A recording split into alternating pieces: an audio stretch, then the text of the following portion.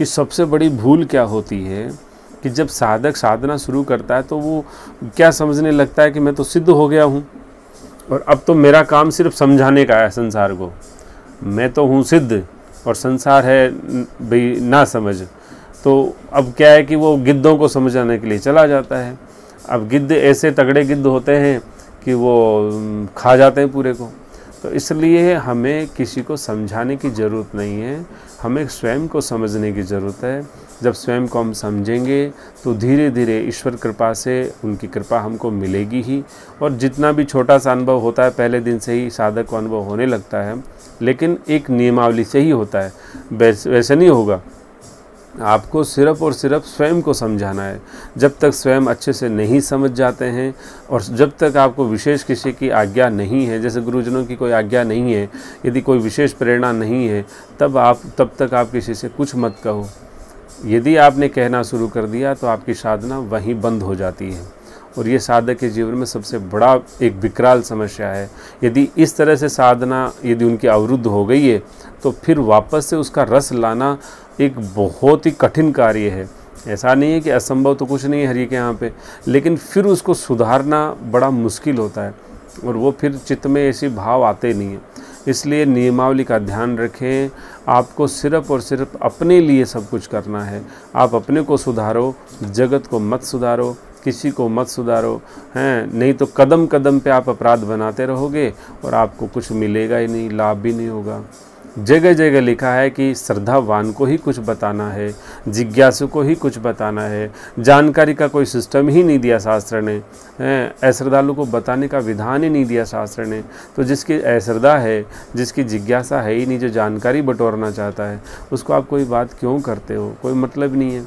लेकिन जब आप उसी परिवेश में रहते हो, उसी समाज में रहते हो, तो वो जो साधना आप करेंगे उस साधना के परिणाम स्वरूप निसंदेह समाज को भी एक सकारात्मक शक्ति का प्रवाह होगा और वो शक्ति समाज में ऐसी जागृति लाएगी कि समाज बिना कहे ही आपको प्रेरणा मानने लगेगा, आप उनकी प्रेरणा बन जाएंगी और उससे समाज का जो हित होगा वो आप कई कल्पों तक कहते रहोगे तो भी हित नहीं होगा।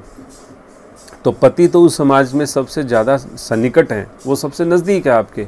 तो आप करेंगे तो देखो पति अपने आप ही करने लग जाएगा, सबसे पहले पति करने लगेगा। लेकिन यदि आपने कहना शुरू कर दिया तो वो कभी नहीं करेगा, हैं।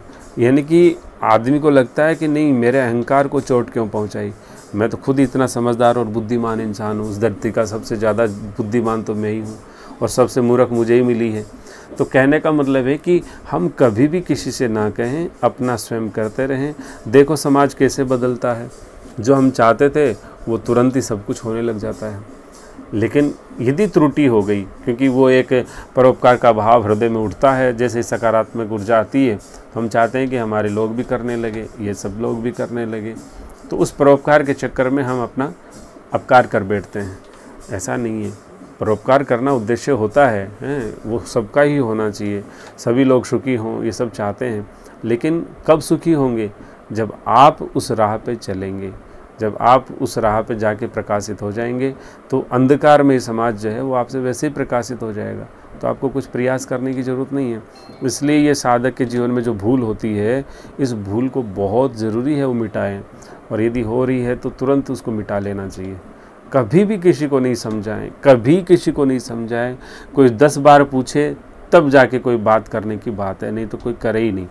सबसे कहे कोई बात नहीं भैया, हमने तो यही सुना है, राम राम करो, भगवान का भजन करो। अब हमें कुछ ज़्यादा जानकारी है नहीं, अब राम राम ही भगवान का भजन है, मर के भी राम राम ही है, मरने के बाद भी राम राम है, तो राम राम बैठे बैठे करो, क्या दिक्कत है। इसलिए कभी भी भूल करके भी ये हितैषी बनने की कोशिश ना करें कि लाओ इनको समझा देती हूँ, ये कर लेंगे, ऐसा नहीं। खुद समझ जाएंगे तो डेफिनेटली समाज जो है वो अपने आप ही समझ जाएगा। खुद नहीं समझेंगे तो कुछ भी नहीं होगा, कुछ भी कर लो चाहे। तो इसलिए ये सोचने की ज़रूरत नहीं, कोई बात नहीं है। राधे राधे। बहुत बहुत साधुवाद भैया, बहुत अच्छा बताया, बहुत अच्छा समझाया। नहीं, साधुवाद के विषय में बात ऐसी है कि पर्दे के पीछे से वो आपका अभिष्टी जो है, आपका जो आराध्य जो है, वो कुछ न कुछ खेल खेल रहा होता है। लेकिन जब हम किसी व्यक्ति विशेष को इसका साधुवाद देते हैं, धन्यवाद देते हैं, तो हमारी वृत्ति जो है उस खिलाड़ी से हट करके वो दूसरे किसी खिलाड़ी पे चली जाती है। इसलिए एक स्वामी जी महाराज कहते थे, हमें सदा ईश्वर से संबंधित बन के रहना चाहिए। ईश्वर ही हमारे हितैषी हैं, मूल वो ही करता है और कोई कर ही नहीं सकता। इसलिए आज इतने समय से बताइए, हम तो संपर्क में थे ही ना, आप आ ही रहे हैं, एकादशी पे भी आते हैं, हमने कभी चर्चा नहीं करी, राधे श्याम भी नहीं करी। तो कहने का मतलब है कि ईश्वर ने विधान रचा है, उन्होंने रच करके ये विज्ञान बनाया है और उस विज्ञान के माध्यम से फिर आज हम चर्चा करने लगे हैं, जिसका लाभ हम सभी को हो रहा है, आपको भी हो रहा है, मुझे भी हो रहा है। तो उस ईश्वर को ही हम दिन रात धन्यवाद दें, उसी को हम केवल उन्हीं के कृतज्ञ रहें, उन्हीं के लिए हम समर्पित रहें। और हमें ये ध्यान रखना चाहिए कि हम कभी भी कृतज्ञता को नहीं प्राप्त हो जाएं। तो कहने मतलब ये है कि वो चीज़ हमारे 24 घंटे एक ऐसा अभ्यास बना लें, दिन रात सुबह शाम हमें एकमात्र स्मरण आए, एकमात्र धन्यवाद हो, चाहे कृपा प्रसाद हो या जो कुछ भी हो, वो हमारे इष्ट का है, हमारे अभीष्ट का है, वो सब कुछ उन्हीं का है, उन्हीं के लिए है, उन्हीं से है और कोई किसी की सत्ता ना थी, ना है, ना होगी। इसलिए ये भी हमारा एक व्यवहारिक पक्ष है कि हम किसी को भी धन्यवाद दे देते हैं, क्योंकि कोई धन्यवाद के पात्र है ही नहीं। एक मात्र पात्र वो ही हैं, या तो श्री ये जो सारा संत समाज है, जो महापुरुष हैं, या श्री गुरुजन हैं, या फिर हमारे जो स्वामी हैं, वही एक धन्यवाद के पात्र हैं और कोई भी नहीं है। इसलिए हमारी जो भी पूंजी है उसको विनिवेश करना है तो वो बहुत ही यथोचित स्थान पे करना चाहिए, अन्यथा उसका भी दुरुपयोग है, ये भी एक अपराध की श्रेणी होती है। तो भैया जैसे भगवान ने आपको निमित्त बनाया है जी, तो उसके मतलब उसके लिए कुछ कृतज्ञ तो होना चाहिए, तो वो कृतज्ञता कैसे प्रकट कर सकते हैं? वो कृतज्ञता आप प्रकट कर सकते हैं अपने जीवन में उतार करके। जो आपको लगता है कि आपको लाभ हो रहा है तो उसको जीवन में अक्सर से उतार लीजिए। नहीं समझ में आ रहा तो 50 बार पूछ लीजिए, 100 बार पूछ लीजिए, 200 बार पूछ लीजिए, पूछने की बुराई नहीं है। लेकिन समझ में आ जाए तो उसको अक्सर से जीवन में उतार लीजिए, यही सबसे बड़ा प्रतिफल है। और हमें इसलिए निमित्त बनाया क्योंकि श्री गुरुदेव की कृपा थी, उनका आशीर्वाद था, सेवा करवानी थी।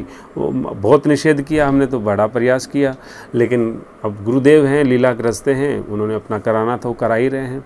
जैसा नचा रहे हैं सब नचाते ही हैं, तो ऐसी कोई बात नहीं। जबकि हमारा ऐसा प्राय बाल्यकाल से ऐसा अभ्यास रहा है कि हम एकांत पसंद करते हैं और एकांती की रहना चाहते हैं। 1 मिनट के लिए भी हम अपना कमरा नहीं खोलते हैं, चाहे घर में रहते हैं, अकेले भी रहते हैं तो भी अकेले ही कमरा नहीं खोलते हैं, चाहे घर में 2 जने हैं तो भी हमारा कमरा बंद रहता है।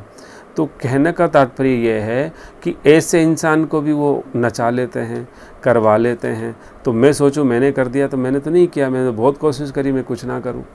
तो करने वाले कराने वाले कुछ और ही होते हैं। निमित्त आपने कहा कि इसका फिर कैसे प्रतिफल बदला लिया जाए, कैसा उनका उपकार किया जाए। उपकार जो भी कुछ है, कृतज्ञता वो यही है कि आप उसको जीवन में ऐसे कैसे उतार लो और जीवन में लाभ आपको अत्यंत ज़्यादा होगा यदि आपने उस बात को मान लिया तो।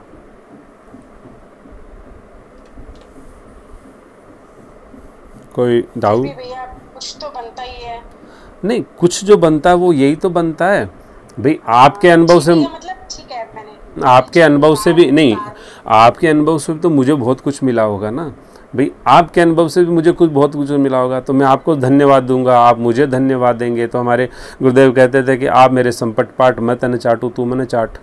तो ऐसी स्थिति हमको नहीं बनानी है। ये तो राजनीतिक प्लेटफॉर्म होता है, ये सामाजिक जो नीतिगत प्लेटफॉर्म होता है ना, वो प्लेटफॉर्म हमको नहीं बनाना है। हमको तो भगवान का स्मरण करना है, सदा उन्हीं का स्मरण रखना है, उन्हीं के लिए जीना है, उन्हीं के लिए मरना है। हम रहे ना रहे, हमारा धर्म रहना चाहिए, हमारे स्वामी रहने चाहिए, उनकी जो सेवाएँ हैं वो बदसूरत जारी रहनी चाहिए। तो इसलिए हमें धन्यवाद देना है तो उन्हीं का देना चाहिए, सब कुछ करना है उन्हीं का करना चाहिए। और संसार में शिष्टाचार के हिसाब से तो धन्यवाद देना चाहिए ना। शिष्टाचार तो हमें आता नहीं है, तो हमें पता भी नहीं है ना। हम तो सनातन की जो बात कहते हैं कि लाभ आपको सबसे ज़्यादा कैसे हो, उस लाभ की हम बात कर रहे हैं कि आपको कोई भी कारण ऐसा ना बने जीवन में जिसकी वजह से आपको लाभ कम हो, है ना। लाभ आपको पूरा होना चाहिए।